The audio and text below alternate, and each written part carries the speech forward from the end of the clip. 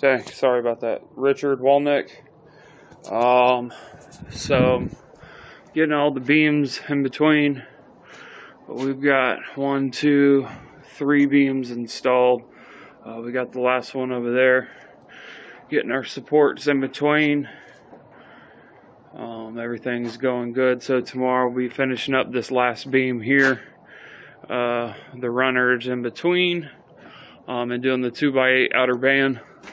Also ended up having to take this inside 2x4 off. There actually was not one on this side, so I'm going to put a 2x4 that runs down in between these two, brand new, all the way down, just like the one you see here, but redoing those as well.